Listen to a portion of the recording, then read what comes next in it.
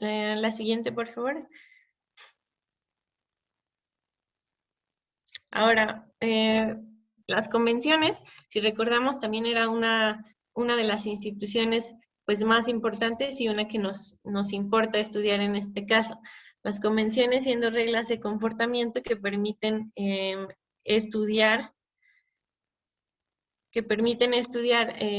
coordinar a los agentes. Si recordamos, si recordamos, pues esta surgía como de la regularidad o como la repetición, digamos, del comportamiento de los agentes y se basaba solamente en lo observable y pues también de ahí derivado en la interpretación, ¿no? Se daba a través de lo que hacía la mayoría, digamos, se asumía que pues eso era la convención, lo que se debía hacer. Era un comportamiento seguido de manera, digamos, espontánea a través de los agentes involucrados y pues que se daba bajo ciertas circunstancias. Había ciertas características específicas que hacían que los agentes, en este caso, lo siguieran por algún beneficio que pudiera generar esto.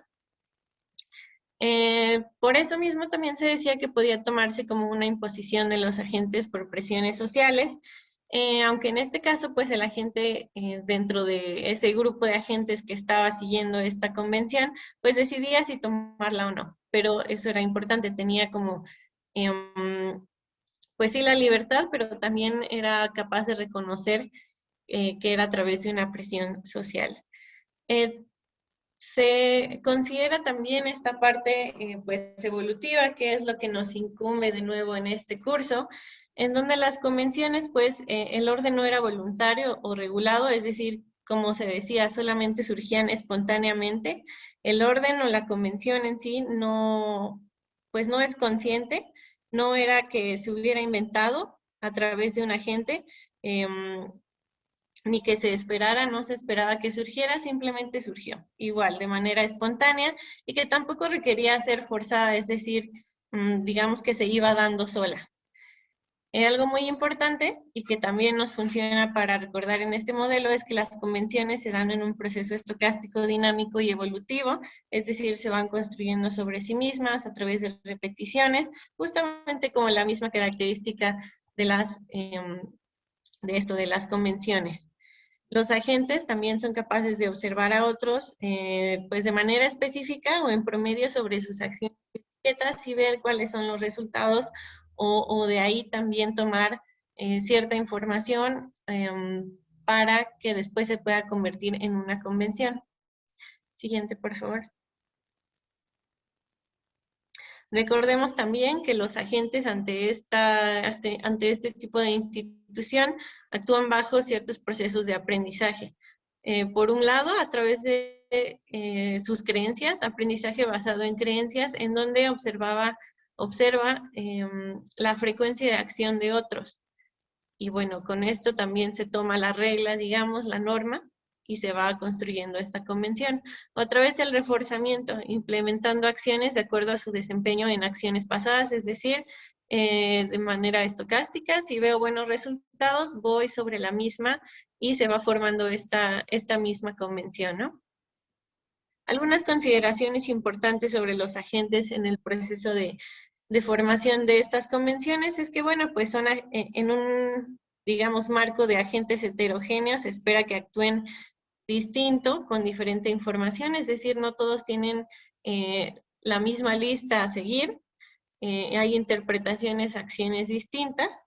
Los agentes que cuentan con más información serán los que establezcan la convención basada en los beneficios generales, es decir, son capaces de tomar cierto camino, cierta línea que va a establecer esa convención, se tiene que tener información, pero también se tomará, obviamente, la misma a través de que se encuentren los mayores beneficios en la misma, es decir, no se va a tomar pues la que no trae nada bueno, digamos. Otra parte es que, bueno, pues en esta interacción los agentes siempre buscarán persuadir a los otros agentes a que se siga esta misma convención basada en la parte anterior, los que tuvieron información y los que y más bien observando el beneficio, es que se va a seguir y se va a intentar atraer a los otros a la misma. ¿Y por qué? Bueno, pues los grupos de mayores agentes tienen más recompensas al inducir la convención, digamos, para mejorar el desempeño grupal. Es decir, mientras mayores agentes, mayor número de agentes siga la misma convención, bueno, pues los beneficios las recompensas serán mayores. Habiendo recordado un poco esto, vamos a pasar, como dijimos, a este como paréntesis respecto a la historia, pero no se queden tanto con esto, solo como un dato informativo cultural para que sea un poco más fácil entender el modelo.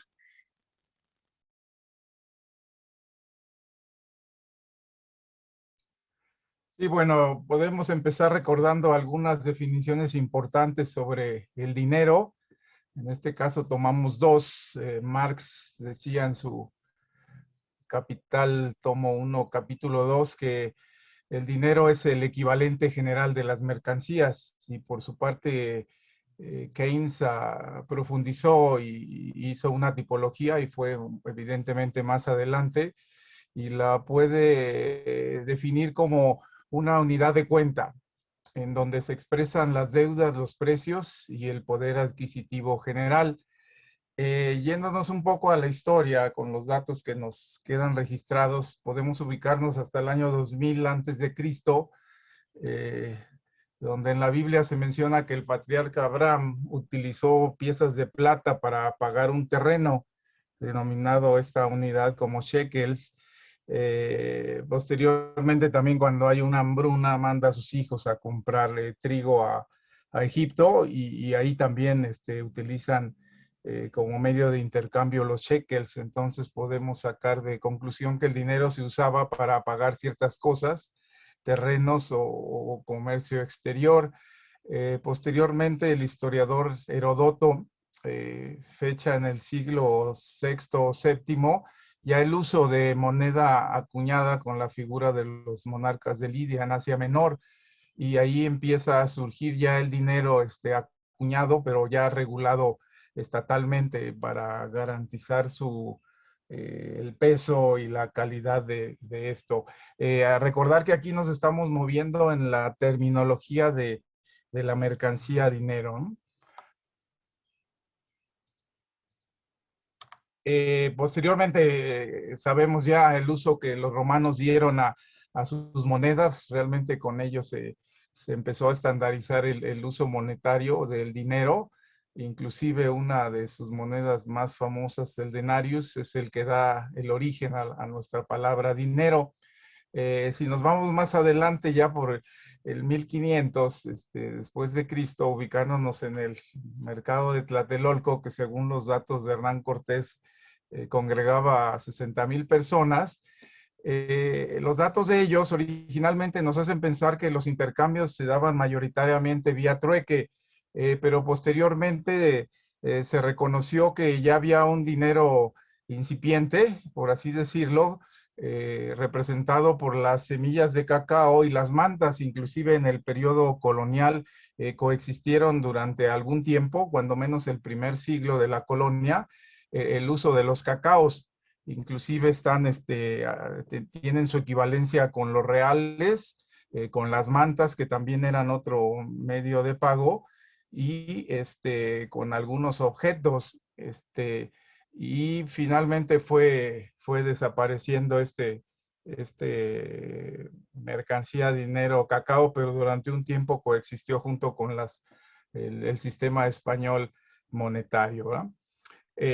Podemos entonces hablar de que el uso del dinero como un equivalente de las mercancías se da en un proceso histórico, que aunque su inicio es tan antiguo como el hombre mismo, se necesitó algún tiempo para que se fuera estandarizando entre las sociedades.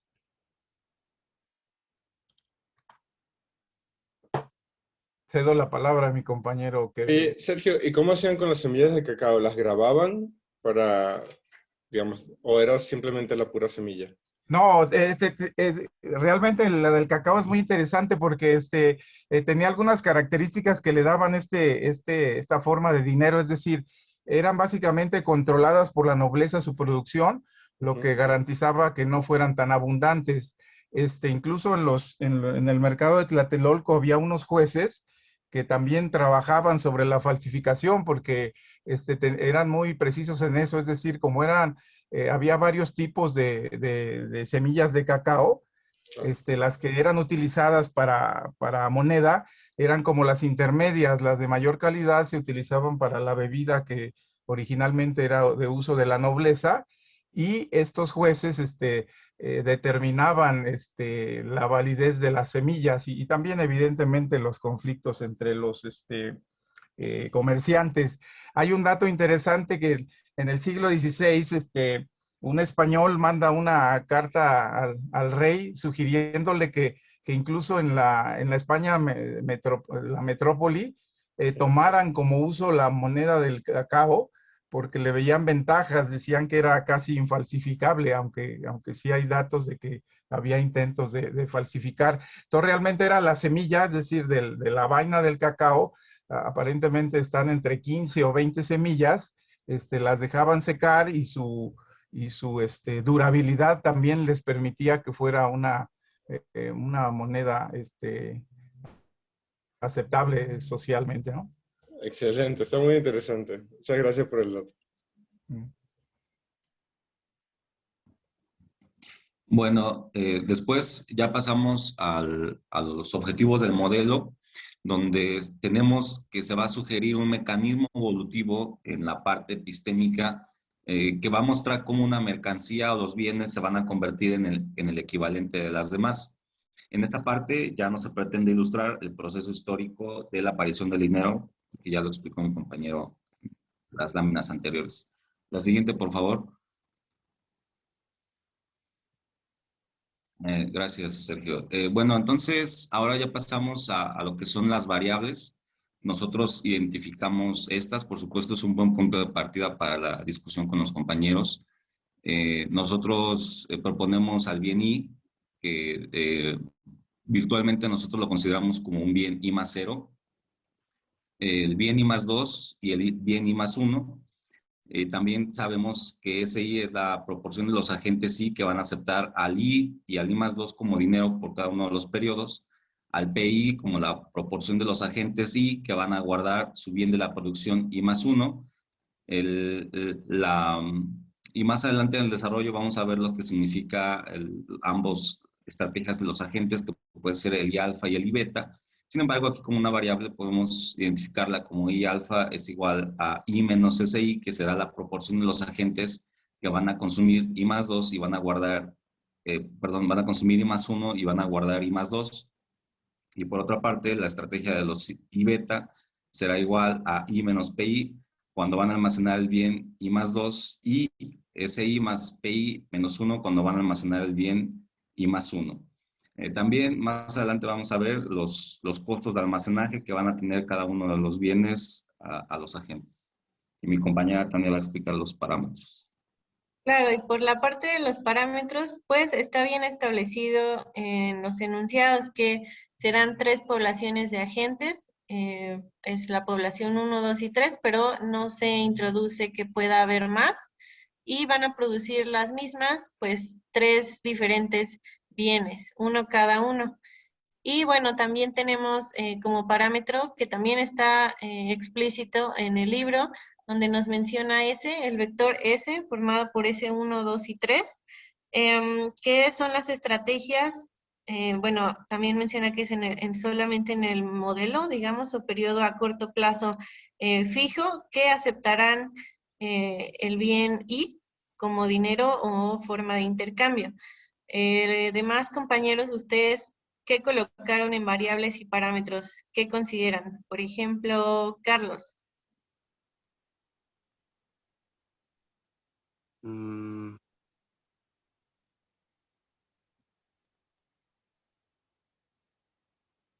Bueno, no puse algo diferente, pero puse, en lugar de poner cada uno por separado, por ejemplo en C, C para 1, 2 y 3, solamente como CI y es el coste de almacenaje del bien I, pero básicamente tengo más o menos lo mismo. Sí, eso está bien. ¿Nadie tiene algo distinto? ¿Consideró algo o vio algo que nosotros no?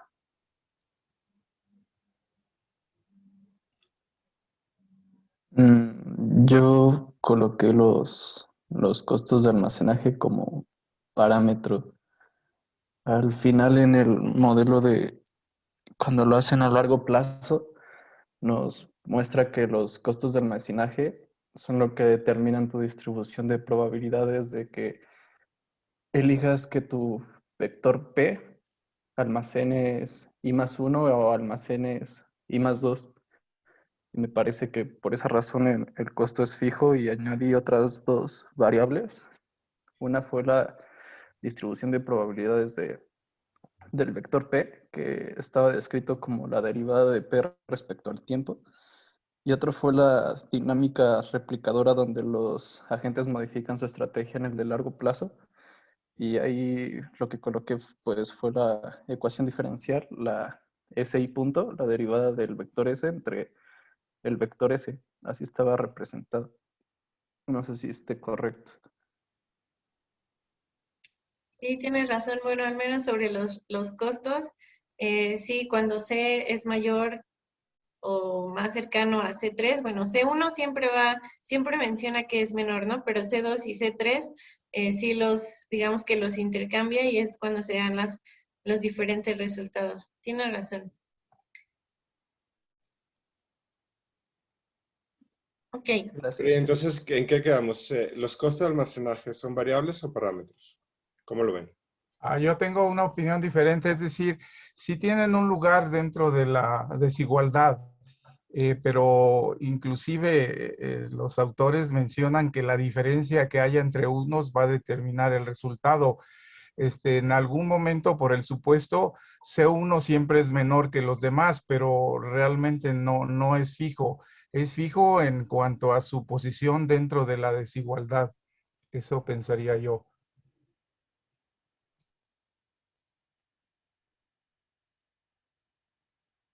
Ok. ¿Y qué más pensarían?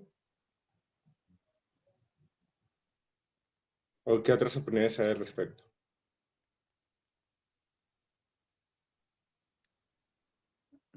Yo en esta parte de los costos, donde lo consideré parámetro, también lo hice por esta parte del vector S, donde también en el modelo, como vemos, puede ser un vector unitario, igual a 1 o diferente de 1. Sin embargo, lo toma como algo fijo, que es parámetro, y depende del parámetro que tengas en el vector S a los estados estables que vas a llegar al final, que creo son 3. Ya los van a explicar más adelante, creo. Pero también por algo así tomé los costos como parámetro, aunque tiene razón Sergio, porque los estados estables a los que se llegan, dependiendo de los ambientes A y B que van a ser representados, tienen que ver directamente con la distancia que hay entre el costo 2 y el costo 3 para elegir si almacenan I+1 o I+2. Pero yo creo que puede ser parámetro.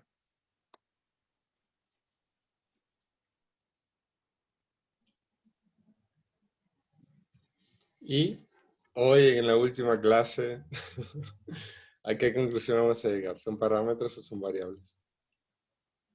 Cuando lo metamos en los supuestos, a lo mejor se clarifica, pero estamos en esa disyuntiva, profe, de que puede ser un parámetro que después toma eh, la variable ya en la dinámica del modelo, ¿no?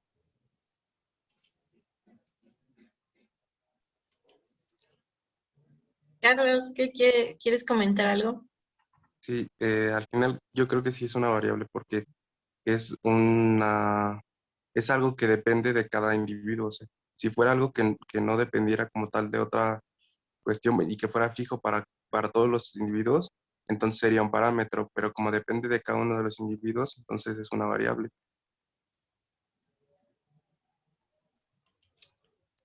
Sí depende de cada uno de los individuos, los costos de almacenaje. Según yo, en el modelo depende de cada uno de los individuos y de cada tipo de bien. Sí, más bien, sí, como que se asignan los costos respecto a cada uno de los bienes, ¿no? Y pues no son iguales, porque si no, pues no comenzaría este proceso de intercambio. Mm, No lo sé, ¿qué piensan los demás? Por ejemplo, ¿qué piensas tú, Alexis? ¿Dónde lo colocaste? ¿Por qué? ¿Sí me escuchan? Sí, Ah, ok.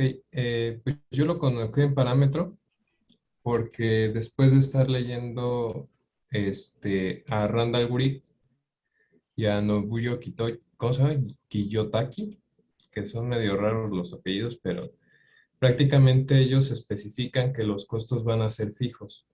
Y en ese sentido, pues lo que se va a denotar es que ese almacenaje va a ser el que se va a utilizar en todos estos procesos. Entonces, a mí me quedó claro eso en esos modelos anteriores porque de ahí se basaron para y yo lo coloqué como parámetro porque prácticamente esos costos ya van a estar y el agente es el que va a decidir como tal si los va a utilizar o no. Pero realmente es como yo lo coloqué, Tania, en parámetro nada más. yo veo que tenemos como dos interpretaciones distintas respecto a los costos. Una es como en sí los costos, o sea que los costos no van a cambiar, van a ser los mismos respecto a cada uno, ¿no? De los bienes. En esa parte, pues serían parámetros, pero variables respecto a si van a ir cambiando o no a lo largo del modelo, de esa manera, observándolos así, pues serían variables. No sé qué piensen. Pues yo creo que son parámetros, porque la variación que tienen los costos parece ser que es entre los momentos del análisis. Es decir, al inicio de cada periodo que se va a analizar, ya se llevó a cabo ese cambio en el costo, si aumenta o baja según cada uno de los individuos, pero el costo en sí del bien, el costo del almacenaje del bien se va a mantener a lo largo del periodo, entonces yo creo que es un parámetro. Pero la otra parte que pudiera darnos claridad es que, bueno, lo vamos a ver en los supuestos. Hay dos ambientes y ahí la desigualdad en los costos es diferente y en ese sentido, pues, aun cuando individualmente, por ejemplo, el costo uno siempre es el más bajo de los otros dos, no cambia su lugar, pero no necesariamente implica que es fijo ese costo, ¿eh? Tal vez más bien la confusión o más bien la duda o la discusión está en que para el modelo es necesario que estén en cierto lugar, pero no necesariamente son fijos, sencillamente no pasan de la desigualdad en la cual lo mantiene el supuesto, ¿no? Yo digo, lo vi en el avance de la presentación y sí pienso que se parecen más a parámetros que variables. A ver, variables siempre es la versión más flexible, ¿no? Porque, bueno, en variables yo puedo en algún momento decidir que va a ser constante y entonces se comporta como un parámetro. Los parámetros son más duros, ¿no? Porque los parámetros ya están ahí, están establecidos. Entonces, claro, yo entiendo desde esa flexibilidad que dan las variables, que pareciera más conveniente tenerlo ahí. Sin embargo, es cierto que para este caso, si los costos de almacenaje variaran, sería más difícil establecer la institución de dinero, porque en buena parte esta institución se basa en un análisis que yo tengo sobre los costos que están, o los que se están incurriendo por el almacenaje de los bienes, ¿no? Porque tengo una diferencia entre la producción y el consumo. Entonces, yo diría que se parece más a parámetros. Pero bueno, está bien. Vamos a terminar de verlo y lo que sí vamos a hacer es volver al final. ¿Les parece?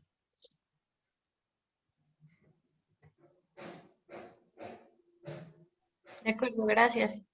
Entonces, pues, continuamos.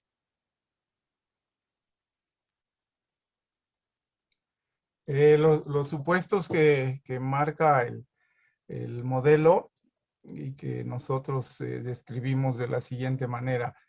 Es un mercado cerrado, no hay salida ni entrada de agentes, está circunscrito a los tres.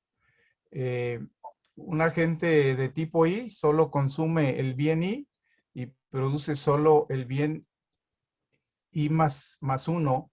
Y aquí aclaran que ese bien I, en este caso específico, lo produce el agente 3. Ningún agente consume su bien de producción.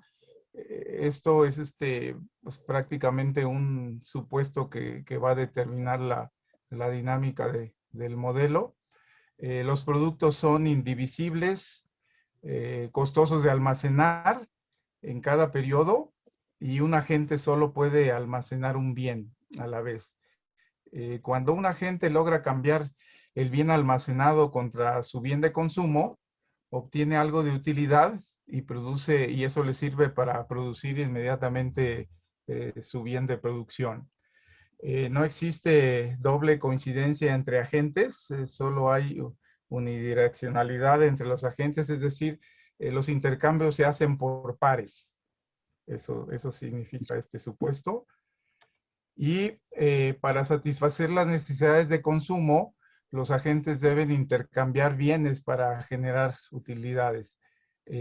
Solo hay dos tipos de estrategia de intercambio inicialmente, aunque después se mencionan dos tipos de estrategia al final, pero no están presentes al inicio de la dinámica del modelo. Y este es la estrategia A, que aceptas solo tu bien de consumo y almacenas entonces solo el bien de producción I+2, y esto constituye el agente I alfa. Y la siguiente estrategia es que puedes almacenar el bien I+1 o el bien I+2, lo cual te constituye como el sector de agente I beta. Y aquí es donde vienen también los supuestos. En base a estos supuestos, la dinámica del modelo empieza a funcionar. Es decir, hay dos ambientes donde el costo del bien I es menor al costo del bien 2, y a su vez el costo del bien 3 es mayor que esos dos. Y en el siguiente ambiente se modifica el orden del costo del bien 3 y pasa a ser el intermedio. En ese sentido, si los dos costos del ambiente los metemos como parámetro, ahí se terminaría la discusión. Entonces, pero aquí entra otra discusión, si quedan como supuestos o como parámetros. Es que puede ser un parámetro y puede estar ordenado así. No es necesariamente excluyente. O sea, el hecho de que estén involucrados en una desigualdad simplemente fija los niveles de los parámetros. Pero no significa que por el hecho de que formen parte de una desigualdad tengan que variar, sino que simplemente hay parámetros que están en un orden superior y en un orden inferior, ¿no? Así como cuando hablábamos como en 1 a 1, yo tenía muy presente el ejemplo de las calles, ¿no? Y yo les decía que las calles, para nosotros, pues están fijas, están ahí, funcionan como parámetros. Pero para una persona que estudia urbanismo, la calle seguramente se ve distinto y se ve como una variable. Entonces, bueno, pensemos en las calles como parámetros. Entonces, aquí lo que estaríamos diciendo es que, no sé, que C1 es la calle de la casa, C2 es el eje central y C3 es periférico. Y entonces yo puedo ponerlas en orden, ¿no? Digo, viendo el costo en el ambiente A. No lo he pensado para el ambiente B, pero solo para darles un ejemplo de cómo los parámetros sí pueden estar organizados, pero son parámetros.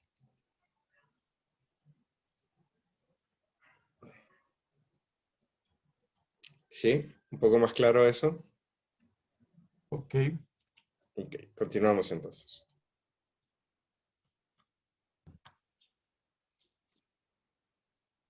Un momento, el modelo aquí. Bueno, ahora ya vamos a abordar el desarrollo del modelo de surgimiento del dinero. Comenzamos con el corto plazo y algunas características importantes que sirven como una introducción. El modelo va a considerar 3 poblaciones de agentes, que ya lo mencionamos en los supuestos, y 3 tipos de bienes. El agente tipo I solo va a consumir el bien I+1. Los bienes van a ser indivisibles, costosos de almacenaje, y en cada periodo los agentes pueden almacenar un solo bien. También ya mencionamos sobre los intercambios bilaterales que no van a poder surgir de una doble coincidencia de las necesidades. ¿Esto qué quiere decir? que el agente I va a consumir la producción del agente I más 2, pero este I más 2 no necesariamente quiere la producción del agente I. Si observamos la figura que nos muestran en el capítulo, vemos que las flechas son unidireccionales, es decir, van en un sentido. Por ejemplo, tenemos que el agente tipo 1 va a consumir el bien 1 y va a producir el bien 2, y este bien 2 le va a servir al consumo del agente tipo 2 para producir el bien 3, y el bien 3 le va a servir al agente tipo 3 para consumirlo y producir el bien 1, que al mismo tiempo es el que le va a servir al agente tipo 1. Si ustedes pueden observar, estos bienes no van en ambas direcciones, no es bidireccional, es unidireccional. Y a esto se refiere la doble coincidencia de las necesidades. También tenemos que los agentes van a tener dos estrategias. La primera va a ser aceptar solamente el bien I para poder producir el bien I más 1. Y la otra estrategia será aceptar el bien I más 2 para producir el bien I más 1. Recordemos que todos los agentes tienen la necesidad de tener en el inventario algún tipo de bien. La que sigue, por favor, compañero.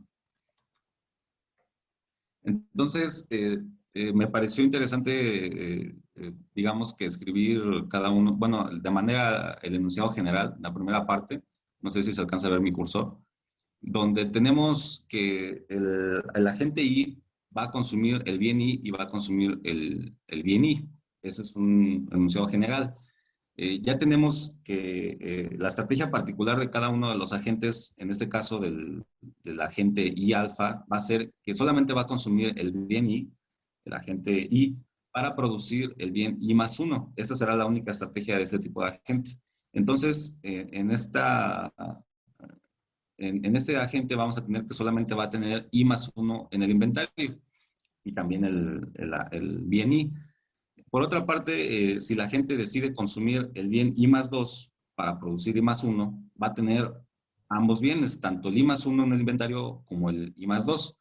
A partir de estos enunciados, nosotros podemos establecer una igualdad, que es la proporción SI de los agentes I que van a aceptar consumir el bien I más 2 para producir I más 1. Como ya les mencioné, estos agentes entonces serán los I beta. Y entonces el I menos 1, perdón, 1 menos SI será igual a los agentes I alfa, que serán los únicos que van a aceptar consumir el bien I para producir el bien I más 1. Después tenemos a PI, que será la proporción de los agentes I que van a retener la producción del bien I más 1 en su inventario. Es decir, PI será igual a I alfa, que son los agentes que tienen I más 1 en el inventario, y 1 menos PI será igual a 1 beta de los que están dispuestos a intercambiar el I más 2 para producir el bien I más 1. Y esto también será igual a SI más PI menos 1, será igual a los agentes beta que van a tener I más 1 en el inventario. Estas dos ecuaciones, digamos, vienen dadas respecto a que sabemos que I beta tiene I más 1 en el inventario e I más 2 en el inventario. La que sigue, por favor, compañero. Espero que no haya dudas, pero si hay alguna me pueden interrumpir. Entonces, nosotros decidimos irnos también a analizar el paper, que es el que escribe SETI, que propone el modelo, y me pareció muy importante poder poner la tabla que él propone en su paper y que clarifica de mejor manera cómo él observa cuáles son las diferentes estrategias que tienen los agentes I alfa e I beta.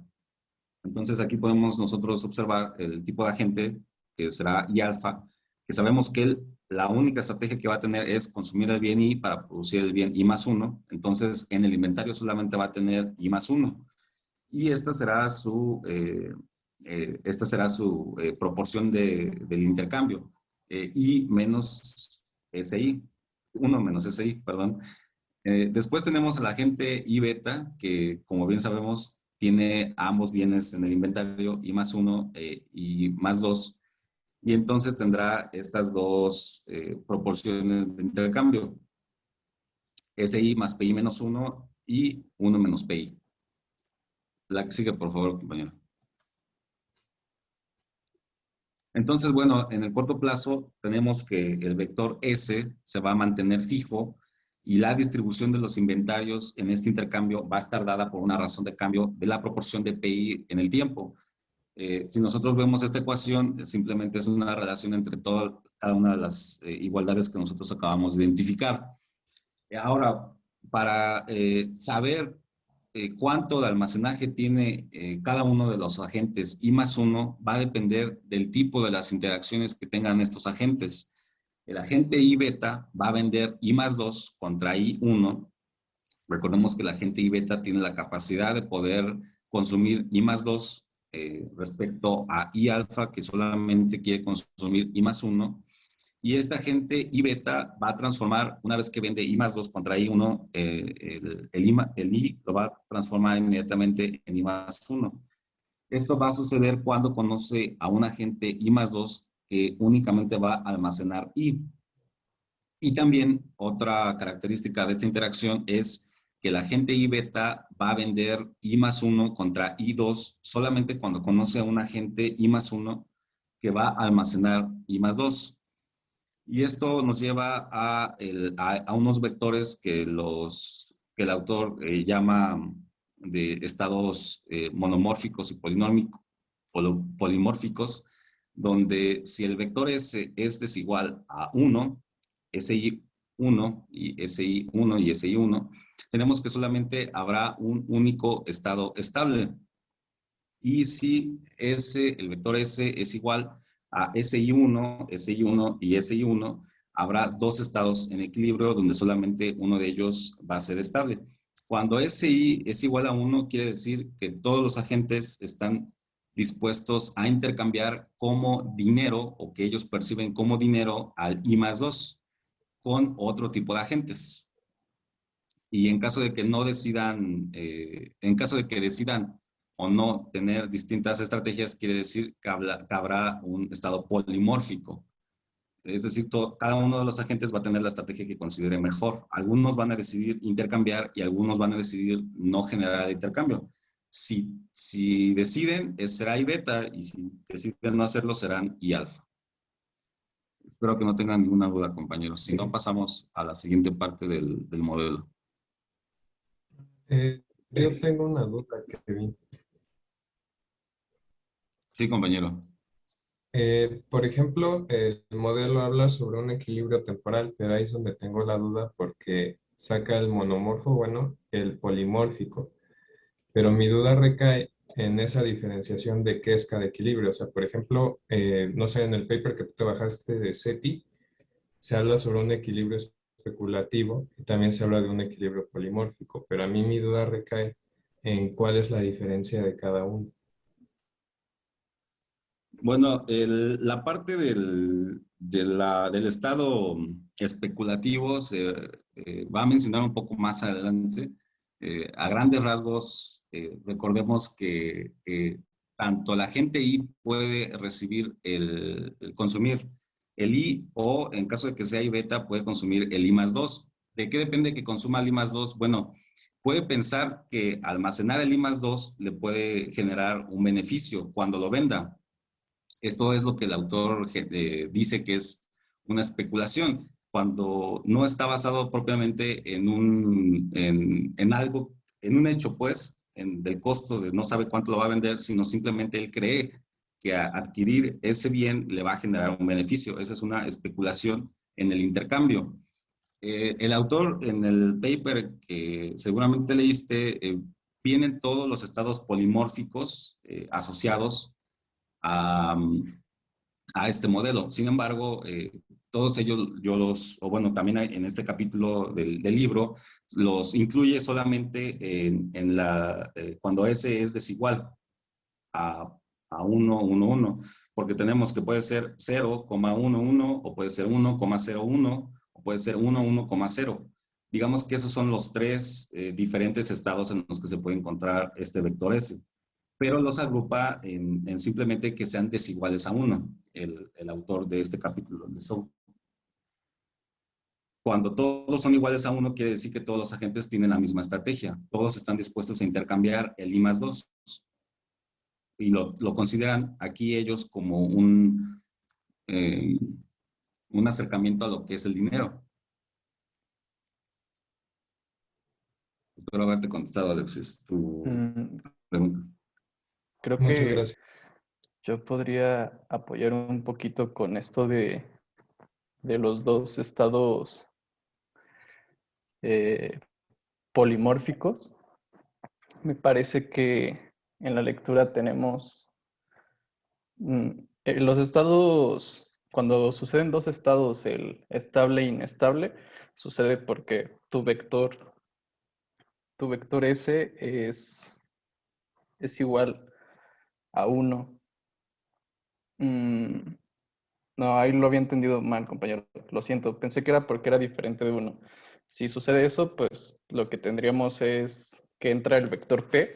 Según lo entendí es porque tenemos el vector P y los estados polimórficos pues se definen a partir de él, ya que en el vector P lo que tienes es la decisión de almacenar I+1 o I+2 y el estado pues inestable es cuando almacenas I+1, porque de hecho es el bien que tú produces y se supone que no se da el intercambio.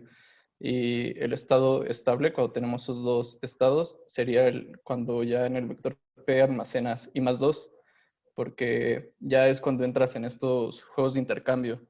Y ahí es cuando se suscita el estado estable, que es cuando pues los jugadores deciden cooptar, intercambiar a forma de dinero los otros bienes. Así fue como entendí eso del estado estable e inestable, pero ahorita que lo vi, chance está equivocado. Bueno, justamente el estado estable depende del tipo de intercambio que tengan cada uno de los agentes.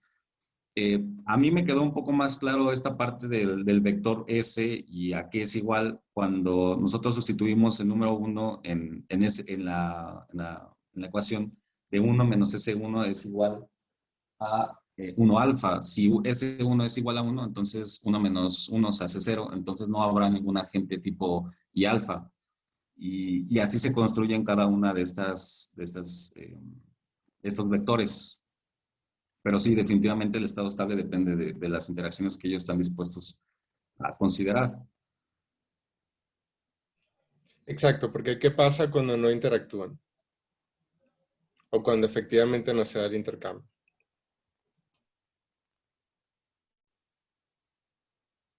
Sí, ahí ya no habría posibilidad de estos resultados.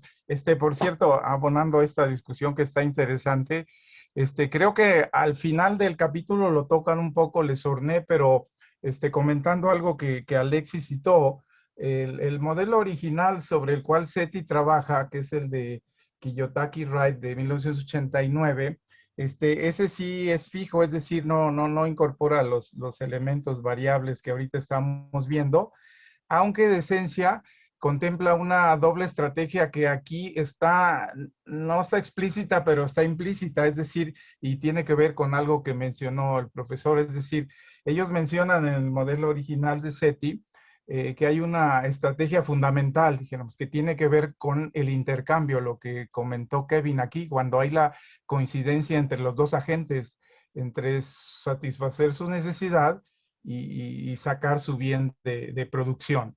Esa sería la estrategia fundamental, es decir, intercambio porque tengo una utilidad y tengo unos costos ahí de almacenaje que tengo que solventar. Y por otro lado, mencionan que la otra estrategia que está ahí implícita es la especulativa, que ahí tendría que ver con algo que comentó el profe. ¿Qué sucede si no quiero ese o tomo un bien que espero en un futuro me dé otra utilidad? Ahí está implícita en la dinámica del modelo, aunque para Le Saulnier realmente su objetivo es mostrar cómo una convención puede llevar a distintos tipos de equilibrio. Yo creo que por eso no la incorporaron de lleno, pero sí, como han comentado, está implícita otra, ¿no?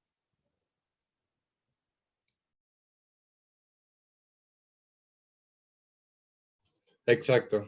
Yo estoy de acuerdo con esa apreciación, Sergio. O sea, ¿hay más dudas o avanzamos?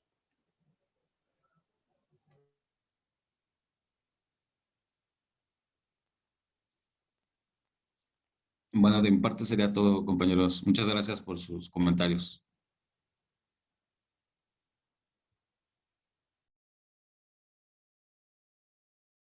Bien, y este modelo que explicaba Kevin, bueno, pues vimos que es, digamos, como en un corto plazo, es decir, digamos, en un intercambio inicial. Las siguientes dos partes del modelo, pues ya es, digamos, en la marcha, después de haber comenzado, en donde ya se empiezan a ver los rastros de cómo es que se va a elegir, o cuál es el que se elige, se selecciona, se acepta la convención de cuál va a convertirse, cuál de los bienes y a partir de qué intercambio se va a convertir en lo que sería el dinero. Este modelo, digámoslo, a largo plazo, introduce estrategias de parte de los agentes involucrados. Veíamos estrategia alfa y estrategia beta, a partir de la aceptación, rechazo o almacenamiento de los bienes de producción en el intercambio para los bienes de consumo. Es decir, que los agentes ya van a poder, o más bien van a decidir si aceptan, rechazan o almacenan los bienes, y eso va a dar como resultado que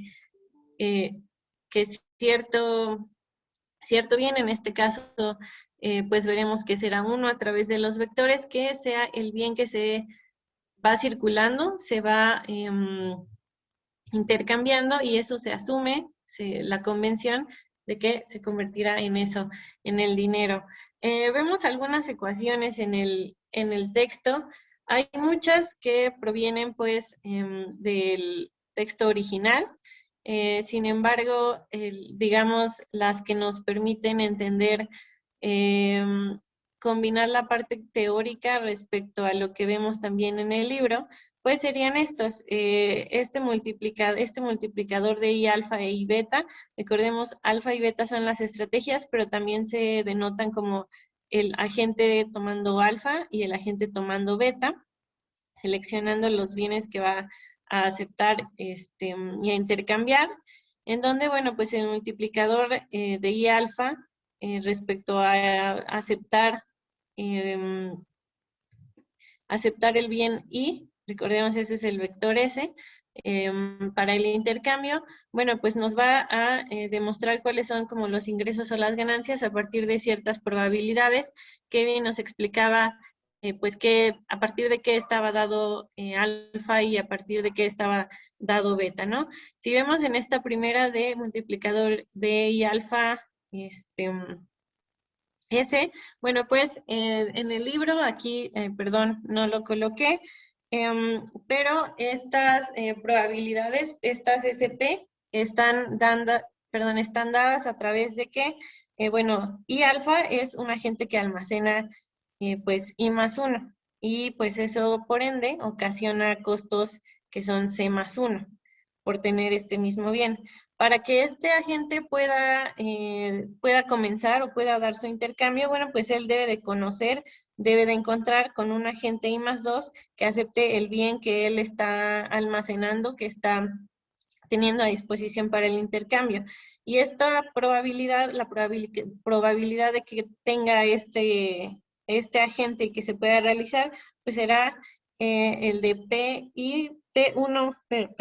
más 2, y la probabilidad, IS, I más 2 menos 1, y esto sobre 3.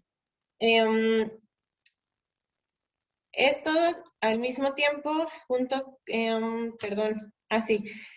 con la otra probabilidad de que el agente I más 1, que almacena ahora el bien 1, pues también se encuentre con este agente I alfa que pueda permitir que realice su intercambio, y esta probabilidad está dada por 1 menos PI más 1, es decir, del bien I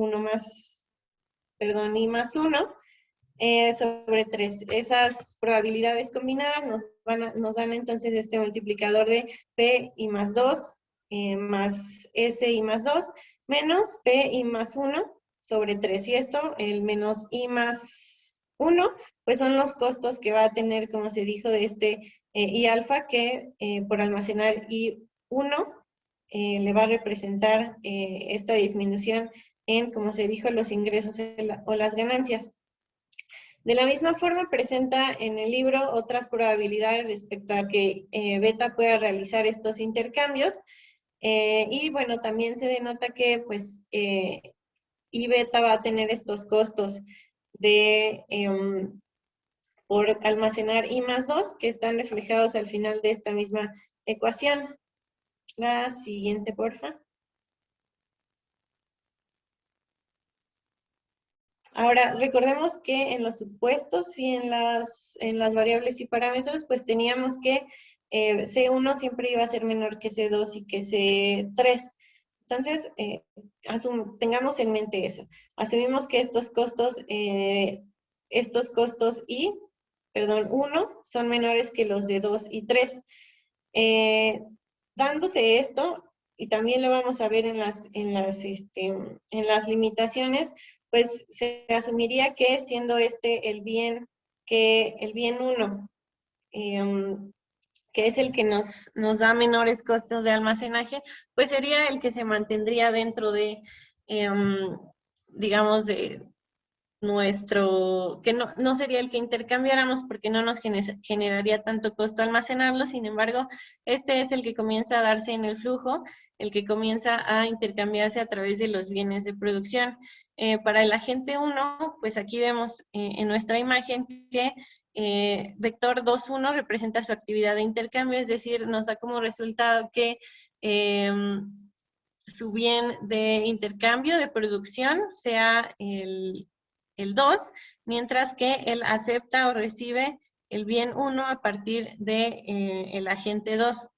El agente 2 representa dos vectores porque realiza dos intercambios que son produce e intercambia el 3 a partir de que 3 le intercambia, le da el bien 1 y al mismo tiempo 2 adquiere el bien 2 y vuelve a intercambiar este bien 1. Para el agente 3, los vectores, él solo realizará un intercambio hacia un lado en donde él estará otorgando, intercambiando el bien 1 y estará adquiriendo el bien 3. Gráficamente aquí es muy explícito que dado que 2 y 3 están expulsando de su, están intercambiando este bien 1 para adquirir otros bienes y poder continuar con su producción. Entonces sería 1 el que, como convención, los agentes estarían viendo, recordemos que se iba construyendo sobre sí mismo, que iba viéndose a partir de los beneficios, lo que hiciera la mayor parte de los agentes, eso es lo que se iba a tomar como convención.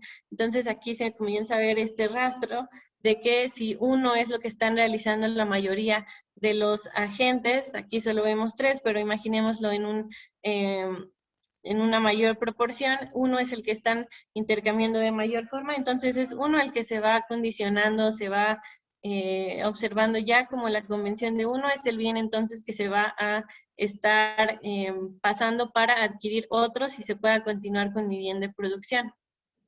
Y luego observamos otro modelo a largo plazo, que es el que les va a explicar Sergio.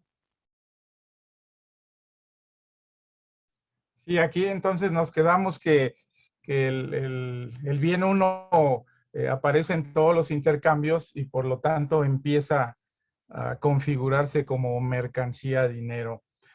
Aquí estamos hablando en la estrategia A todavía, es decir, donde la desigualdad es C1 menor que C2 y C2 menor que C3. El siguiente que presentan los autores es cuando esta desigualdad, en el caso de la anterior, la que comentó Tania, es cuando la diferencia C3 menos C2 es alta. Es decir, hay una diferencia notable que lleva a realizar ese tipo de intercambio. Ahora dicen ellos, ¿qué sucede cuando esa diferencia no es tan alta o no únicamente la consideran como baja? Entonces hay otro tipo de vectores y incluso vuelven al modelo original de triángulo y en el anterior lo utilizaron de manera lineal. Entonces los vectores de intercambio quedarían así. El agente I hace los siguientes intercambios, 2, 1 y 2, 3. Y lo podemos ver por las flechas por las cuales se mueven estos intercambios. Lo interesante es que aquí el agente 2 tiene 3 posibilidades en sus intercambios, es decir, 3, 2, 3, 1 y 1, 2. Y finalmente el agente 3 únicamente se queda con el intercambio, incluso el anterior, es decir, 1, 3. Y entonces aquí dice, bueno, ¿qué pasó aquí? El 1 sigue siendo el que está presente y dice, bueno, sí está presente, no en todo, pero aquí aparece ya el bien 3, que están en la misma calidad del bien 1, es decir, tanto el bien 1 y el 3 están en posibilidades de convertirse en el equivalente de las mercancías intercambiadas. Y aquí es donde entra, dijéramos, el factor de calidad y sobre el cual los autores nos llevan a considerar a las convenciones. Hasta ahorita, si se fijan, compañeros, daba lo mismo pensar que fuera un agente o una comunidad de agentes, pero si se fijan, el modelo empieza hablando con una comunidad. En este caso se estaban comportando como una persona, entonces prácticamente era lo mismo el agente 3, pero aquí ya incorpora ese, dijéramos, factor de calidad, donde realmente cada uno de los agentes es una comunidad de agentes. Así empezó el supuesto, el modelo, y aquí es donde incorpora esta variación. Ellos le llaman una situación intermedia, es decir, donde solo una fracción de los agentes 1 acepten el bien 3, es decir, una fracción minoritaria, por lo tanto la mayoría opta por el bien 1 y entonces ellos concluyen que se puede determinar que el bien 1 puede considerarse como dinero. Realmente aquí el factor determinante es esta convención que ellos estuvieron trabajando en el principio del modelo y que Tania nos explicó, donde son cuestiones aleatorias, pero que al final este aspecto mayoritario, o dijéramos aceptación social, es la que va a determinar que se decanten por uno sobre otro, porque en realidad técnicamente están en igualdad de condiciones el bien 1 y el bien 3. Realmente esto me parece a mí como la conclusión del modelo, aunque en la última parte, solo en un par de párrafos, hace referencia a qué sucede si utilizamos la estrategia B, es decir, donde C3 pasa a estar en el lugar intermedio. Aunque ya no nos explican y no corren el modelo, únicamente los autores nos dan la referencia de que ocurre también que dos bienes se erigen en las mismas condiciones, es decir, el 1 y el 3, y ahí ponen el 2 y el 3 en otra de esas posibilidades, y realmente vuelven a tomar el factor de calidad como que la convención va a determinar cuál de esos bienes en las mismas posibilidades se puede erigir como un bien mercancía. Yo entiendo también, Sergio, escuchándote, por qué está este asunto entre los costos como variables o como parámetros, ¿no? Y entonces, claro, cuando hacemos esta comparación como la que está ahí marcada, ¿no? La de los costos C3 y C2 es baja. Entonces, claro, uno podría decir, bueno, si están haciendo distintas comparaciones entre los niveles de costos, entonces esos costos están variando. Y ahí viene, eso es, digamos, no sé si recuerdan cuando Alexis presentó, él presentó una forma general de cómo funcionan los modelos de simulación. Y fue bastante útil, porque nos permite como tener idea de cuál es el uso del modelo y qué tipo de conclusiones puedo yo tomar sobre el modelo. Entonces, en este caso, yo lo que hago es correr los modelos varias veces para entender cómo cuando yo cambio los valores de los costos de los CI, yo voy obteniendo distintas propiedades. Pero realmente dentro del modelo esos costos permanecen fijos. Lo que cambia es entre cada, se le dice corrida del modelo, ¿no? Entre cada vez que yo aplico el modelo.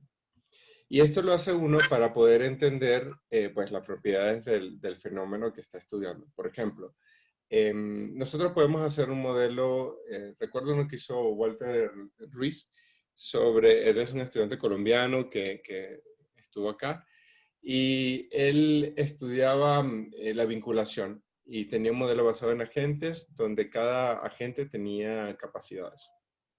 Y entonces, pues dependiendo de las condiciones iniciales, el modelo tenía resultados distintos. Esas condiciones iniciales eran paramétricas, en el sentido de que podríamos poner, por ejemplo, un modelo donde todos los agentes tenían altas capacidades y lo veíamos, qué pasaba. Luego, un modelo donde de inicio todos los agentes tenían bajas capacidades y veíamos qué pasaba. Y otro en situaciones intermedias, donde algunos tienen capacidades altas, otros tienen capacidades bajas y vemos qué pasa. Entonces, la manera en que yo coloque las condiciones iniciales me van a dar distintos resultados del modelo. Pero dentro de cada vez que yo corro el modelo, esas condiciones iniciales están fijas. Entonces, la comparación está entre corridas del modelo, y eso es lo que cambia, pero dentro de cada modelo, esto está fijo. Así funcionan los modelos de simulación, porque es que uno los hace en parte para tener una representación de la realidad, y luego una vez que tú dices, bueno, ok, validé el modelo. ¿Qué quiere decir eso? Que es una buena representación de la realidad. Ahora voy a jugar con él para entender qué cambios puedo observar de esta realidad que ya logré parametrizar. Y se hacen distintos escenarios, ¿no? Entonces, cada uno de estos, esta comparación, por ejemplo, C3, C2, baja, ¿no? O podría ser, no sé, cualquier otra. Pero cada una de esas es un escenario. Y al final uno saca conclusiones también comparando escenarios. Ok, profe, y eso necesariamente se hace por software, ¿verdad? Sí, sí, sí, totalmente. Sí, ¿A mano es imposible? Sí, es imposible. Son demasiados cálculos y tal. Digo, te tardarías la vida. El software, dependiendo de los modelos, incluso tardan días en responder. O sea, Era lo que usted nos comentaba cuando generó su base de datos, ¿no? Que era una barbaridad de tiempo y muchas computadoras, ¿no? Sí, bueno, sí, porque ahí había un modelo también, digo, y ese es más sencillo que esto. Digo, es que tiene otro foco, ¿no? Pero sí, ahí había un modelo con una cadena de Markov y tal, y entonces sí, esos tipos de modelos tienden a tomar tiempo. Pero sí, lo programas no sé, por ejemplo, NetLogo, que es uno de los que más se utiliza, y entonces vas viendo cada escenario y comparas al final los escenarios entre los modelos. Eso es muy, muy común. Y sirve también, digo ahorita porque estamos viendo el surgimiento de una institución, pero sirve también para análisis de políticas públicas, ¿no?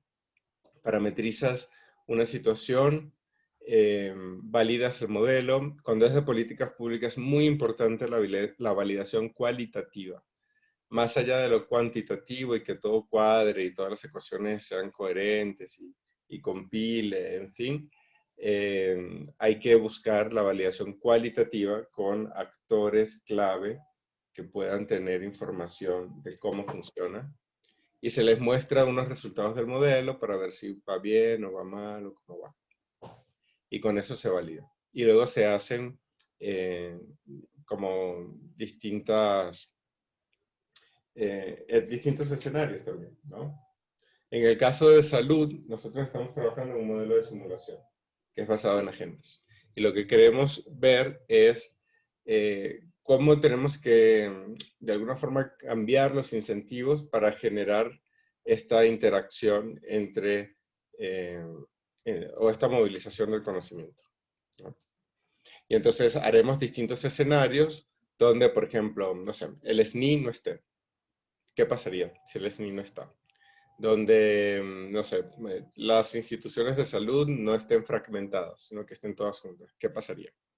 Entonces, para eso vamos a fijar distintos parámetros, vamos a poner coto a distintas variables y vamos a ver escenarios para poder entender, ¿no? Y es una forma de hacer una modelación cuasi experimental.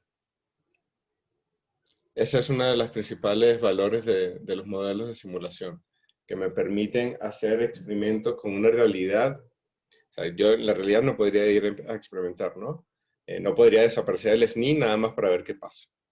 Pero podría sí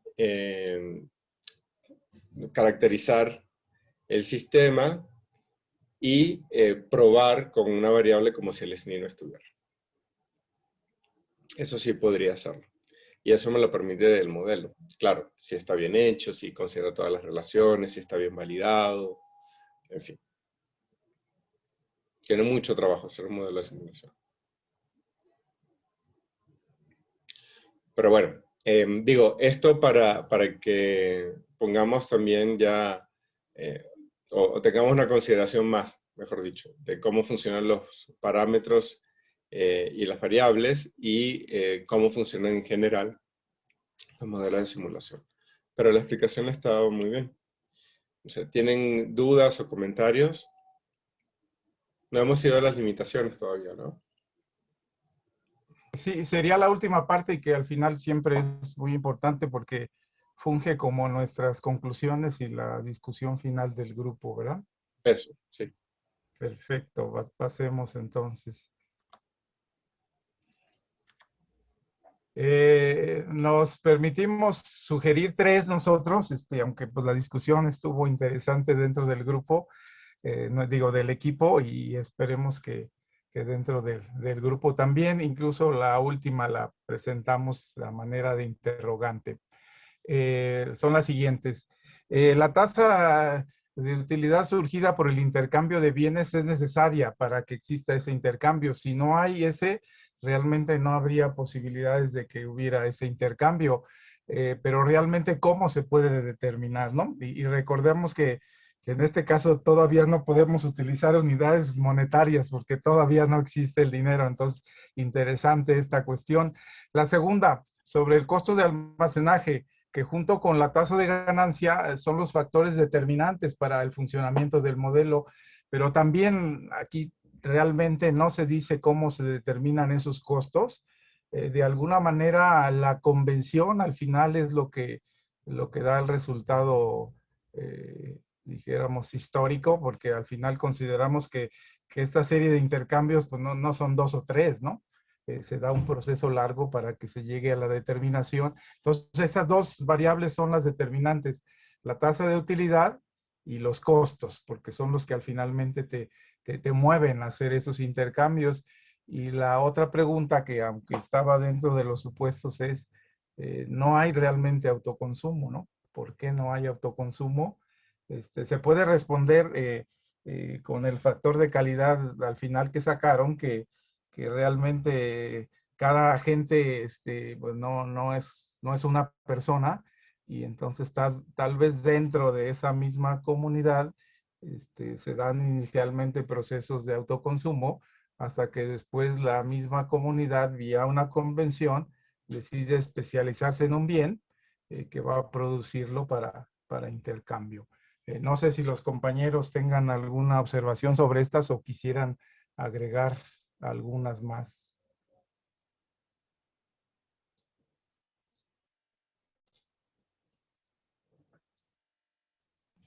A ver, comentarios.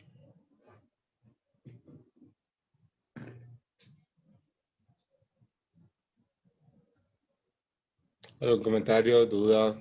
¿Están de acuerdo? ¿Están en desacuerdo? A ver, Daniel, ¿tú qué opinas? Daniel Chávez. Hola, profesor. Yo Hola. concuerdo con el... Bueno, ¿me escucho? Sí. Gracias. Buenos días. Yo planteé un supuesto más o menos similar al que retoma el segundo sobre el almacenaje. Eh, yo, además de considerar de que no determinan cómo se llegó a este costo, yo en el Canvas puse que además de esto, solo toma en cuenta este tipo de costo en el que incurren los agentes dentro del modelo y que no considera además una gran diversidad de otros costos que aparecen de las relaciones, interacciones o intercambios de los agentes en el ámbito económico. Y además coloqué otro más sobre mencionando que aunque acierta el modelo en detallar que las instituciones económicas son muchas veces resultado de las influencias e interacciones de los agentes, este falla en obviar o en no tomar en cuenta que la génesis de una institución depende también casi siempre de la acción del Estado. En este sentido, deja a la intervención estatal fuera sí, fuera del modelo. Ok. ¿Qué otro comentario tenemos? Es cierto, pero lo que pasa es que ellos están viendo cómo surge una institución, em, digamos, económica como parte de la autoorganización, ¿no? Porque, por ejemplo, ¿cómo iba el gobierno a saber que esto era algo útil si no se había expresado la necesidad? Entonces, claro, ahora, eso no quiere decir que durante el surgimiento de esa institución el gobierno no hubiese podido actuar, y eso es cierto, eso no está considerado acá, sino que pareciera que nunca aparece un ente regulador, ¿no?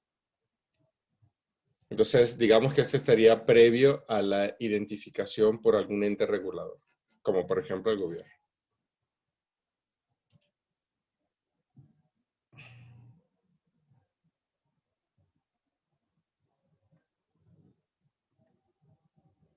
¿Algún otro comentario? Profesor, sí. Buenos días, doctor. Si me permite, Sí. la pregunta, bueno, no me quedó como un poco claro o la relación que existiría, por ejemplo, de estas, del dinero y el mercado de divisas. No sé ahí si también constituye una limitación o no alcancé a percibir la relación. Lo que pasa es que eso ya es otra, o sea, lo que inicialmente, mejor dicho, el dinero no tenía un valor en sí mismo, sino el dinero es simplemente un método de intercambio. Entonces, esto servía en tanto tú podías, pues, intercambiar cosas de manera más fácil y sin tener que cargarlas todas a cuestas para hacer todos los intercambios necesarios. Pero luego, efectivamente, el dinero evoluciona y el dinero en sí mismo comienza a tener un valor distinto. Y eso ya, pues, considera, pues, la fidelidad de quien emite ese dinero y quien lo regula. Por eso es que dependiendo de los gobiernos y de los estados, pues las monedas tienen más o menos valor. Las consideraciones de riesgo, porque luego pues tú puedes tener instrumentos financieros que están basados en distintas monedas y entonces si esos instrumentos van bien, la moneda también funciona bien con ese instrumento, en fin. En economía monetaria hay un montón de cosas, un montón de cosas. Yo soy bastante ignorante de ella, pero el dinero en general ya dejó de ser únicamente un medio de intercambio, sino también tener un valor en sí mismo. Y ahí es cuando pues entran todos este tipo de operaciones, pero no es algo que nosotros podamos ver en este modelo, porque está en una fase muy incipiente del surgimiento del dinero. Todavía no sabemos qué onda y qué pasa con el resto. No sé si me expliqué, Adán. Sí, muchas gracias, profe. Con gusto.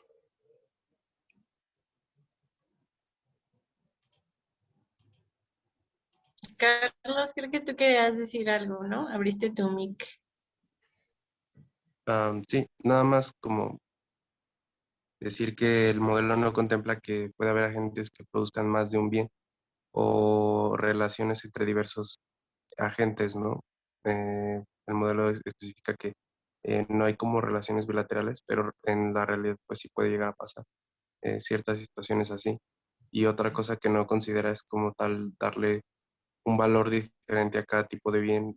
Por ejemplo, hay modelos en teoría económica que explican como situaciones en las que llegan varias personas como a una isla y para sobrevivir tienen que hacer intercambio. pero pasa que alguno posee un tipo de bien que es más necesario que otro. Entonces, esa persona comienza a tener como de alguna manera poder sobre las demás.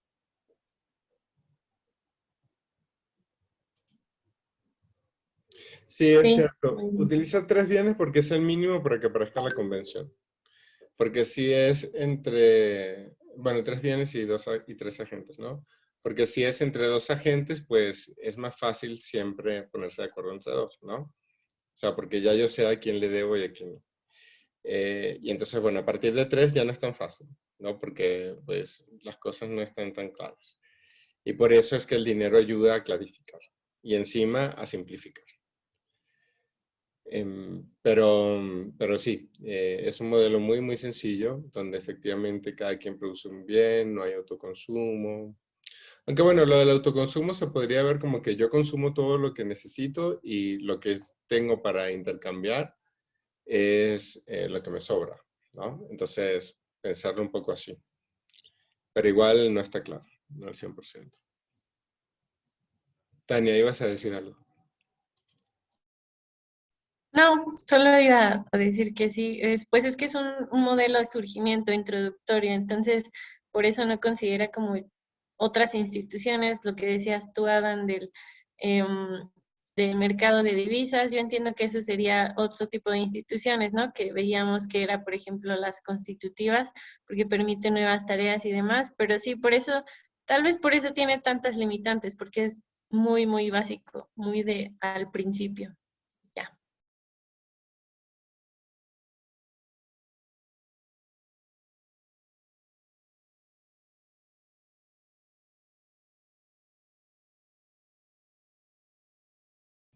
Ok, ¿algún comentario más? ¿Alguna otra duda que haya quedado pendiente?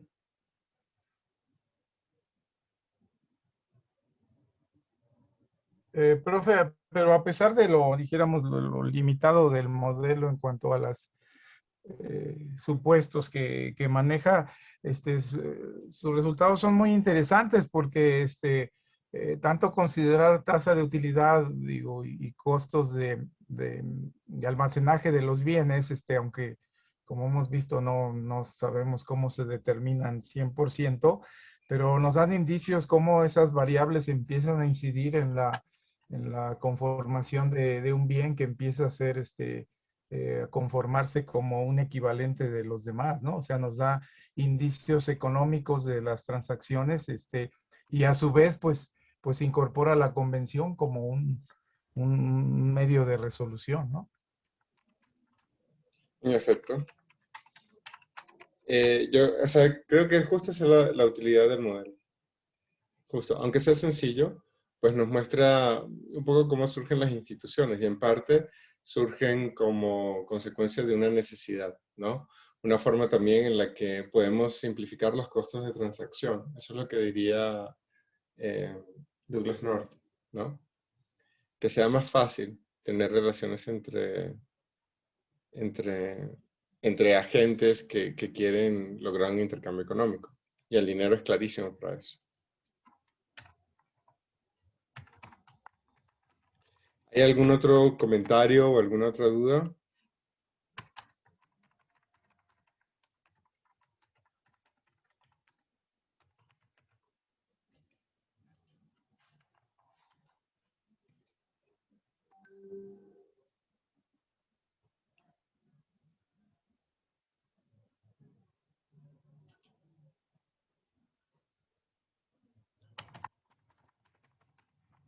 ¿No? Bueno, muy bien. Entonces, miren, yo diría que la semana que viene nos reunamos para dar cierre. Yo espero ya tener todas las evaluaciones. Nos encontramos en un periodo un poco más relajado. Quizás no tenemos que vernos a las 8, nos podríamos ver a las 9 y conversar sobre el cierre de la asignatura. ¿Les parece? Sí, doctor, muchas gracias. Sí, está bien. Sí, profesor. Yo preferiría hacerlo la semana que viene que la siguiente, que ya es la ultimísima, porque así ya podemos dejar listas pues las asignaciones, o sea, la corrección de las asignaciones, de todo. y que pues todos quedemos como más tranquilos y ya puedan dedicarse a la última semana, que sé que siempre es mortal, y por eso yo me replegué una semana, ¿no? Para que no estuviese tan pesado el asunto. Pero bueno, nos vemos a las 9 la semana que viene, ¿les parece? Ok, doctor. Gracias. ¿A las Perfecto. 9, profe, dijo? Sí, más que a las 8, digo, para que también puedan descansar un poco más y ya como estamos más relajados, ya no tenemos que ver contenido, solamente para dar cierre y tener comentarios generales, ¿no? Ok. Bueno. Bueno, les mando un abrazo y nos vemos la semana que viene. Que estén muy bien. Cuídense mucho. Nos Gracias, vemos. profesor. Nos vemos. Gracias, profe. Gracias. Nos Hasta vemos. luego. Saludos.